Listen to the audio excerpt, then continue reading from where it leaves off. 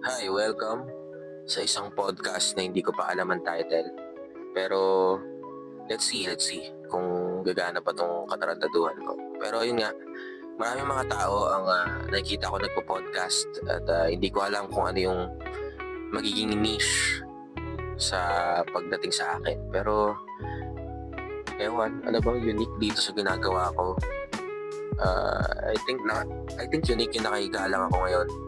At nagsasabi ng freestyle at hindi ko alam kung ano yung sasabihin ko, pero yun, siguro may kinalaman yun, ewan ko. Pero marami kasi mga ideas ang pupunta sa aking utak at hindi ko alam kung paano ko siya ikukwento kasi wala akong kasama ngayon. Ako lang mag-isa sa nakahiga. So lately nakita ko yung mga issues at i-scroll ko ang aking feed kung anong pwedeng pag-usapan kasi matagal ko na talagang gustong gawin to. And nakita ko nga yung issue about sa bagong movie ni Mr. Daryl Yap. At ito yung pinamagatang The Rapists of Pepsi Paloma. Isa siya sa mga pinaka-controversial na movie na nakita ko at least. Mahilig kasi ako sa movie, guys. So, isa yon sa mga movie na parang na-hook din ako. Especially dun sa teaser na ginawa nila. Napakabigat at napaka-seryoso ng allegations na binigay ng director. Isa sa mga nangyayari ngayon is yung pag-double down ng ating director dun sa claim niya about dun sa mga rapists ni Miss Pepsi Paloma, which is isa siya sa mga pinaka recognizable na stories pagdating sa Pilipinas kasi naalala nyo noon maraming mga urban legends, di ba? Makikita nyo yung pagpuno ng mundo ng 2012, nakita niyo yung ahas dun sa Robinsons. Diba? Marami tayong mga ganun eh. And isa yon sa talaga namang bumuhay ng conversations pagdating dito sa Pilipinas. So si Pepsi Paloma, kung hindi niyo siya kilala or konti lang yung idea niyo sa kanya, parehas lang tayo. Isa siya sa mga rising stars ng panahon nila.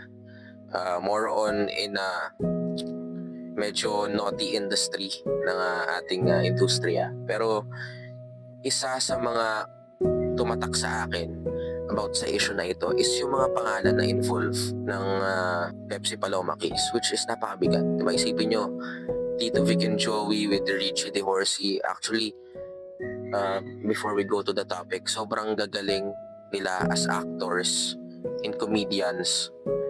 Naalala ko nun, pinapanood ko lahat ng mga movies na meron sila. Especially yung including with Richie De Horsey, isa yun sa mga pinakamagaling na komedyante sa dekada na yon. So, hands down, pagdating sa actors, sobra.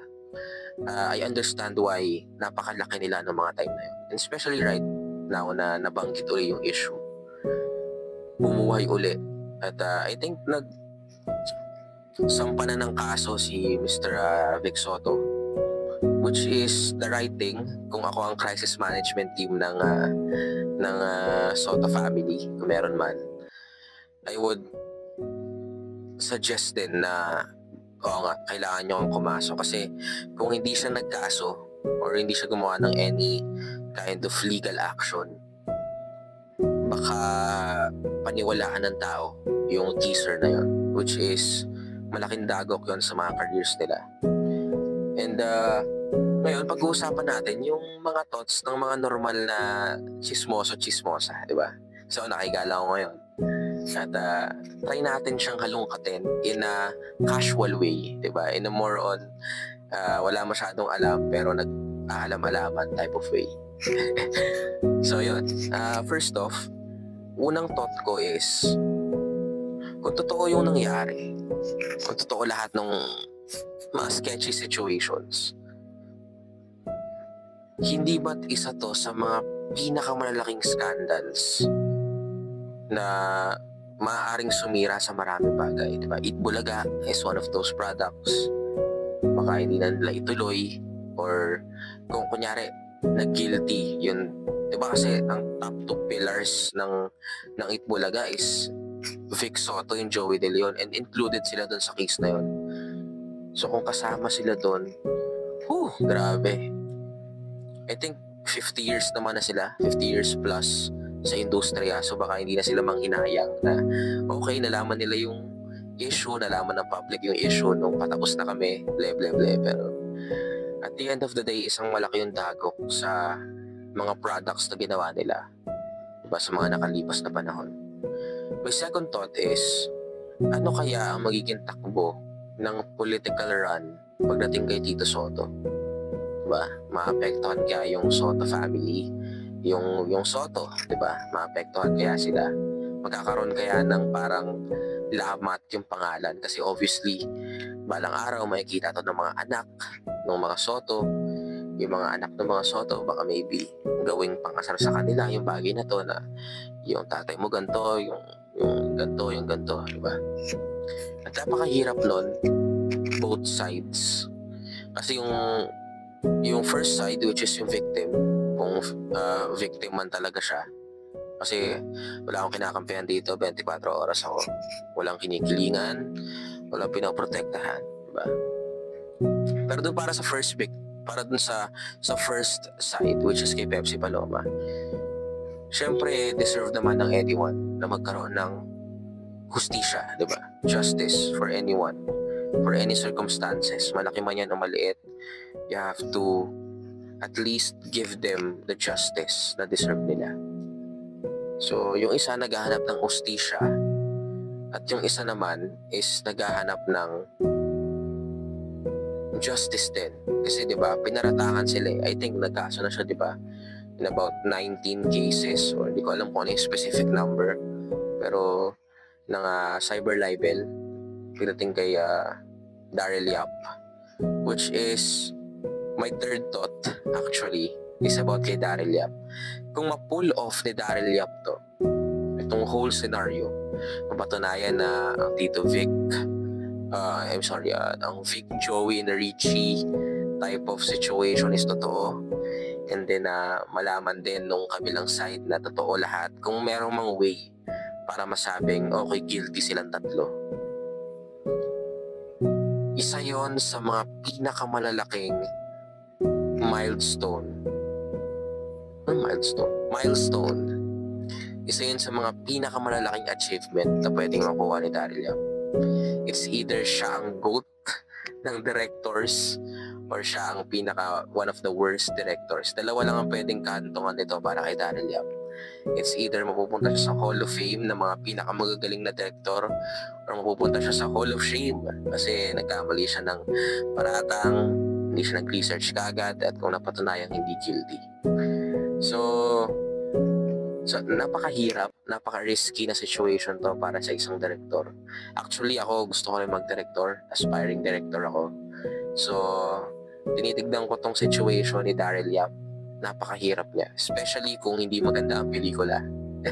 mas nakakahiya yun. Hindi maganda ang pelikula at teaser lang ang nagbuhat. Yung name lang ng pinaratakan nila, yung nagbuhat ng pelikula. Napakahirap na scenario.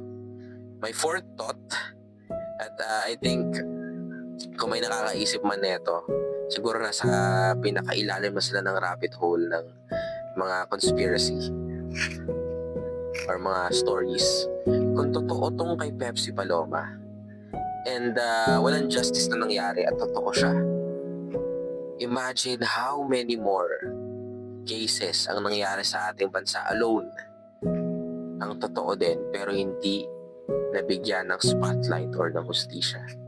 At nakakabaliw isipin yun na parang mag-iilang dekada na ang nangyari at wala pa rin nangyari doon sa kaso na yun.